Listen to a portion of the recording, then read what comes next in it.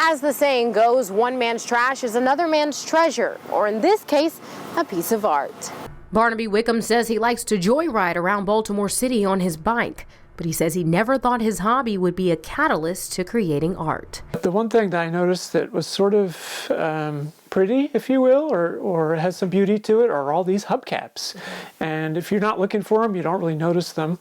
But if you're on a bike, you tend to notice a lot more because you're going slower and you're closer to the ground. He says he started collecting the hubcaps in January. My goal at the beginning of the year was to collect 40 hubcaps throughout 2024. And he reached that goal by March. So he didn't stop there. He kept collecting until he had hundreds. But then he was left with what to do with all of these hubcaps. So he decided to make Christmas wreaths. One of them he keeps right outside his front door. 12 feet across, and it has 108 hubcaps in it.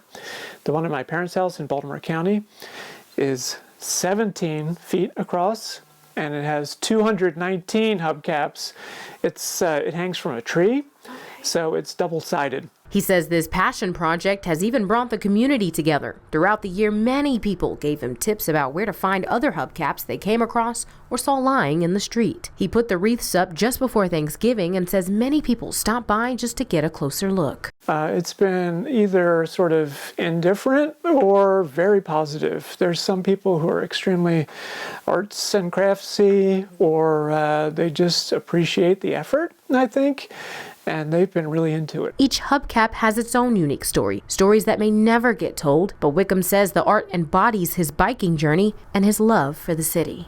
I love Baltimore. I love to cycle around Baltimore.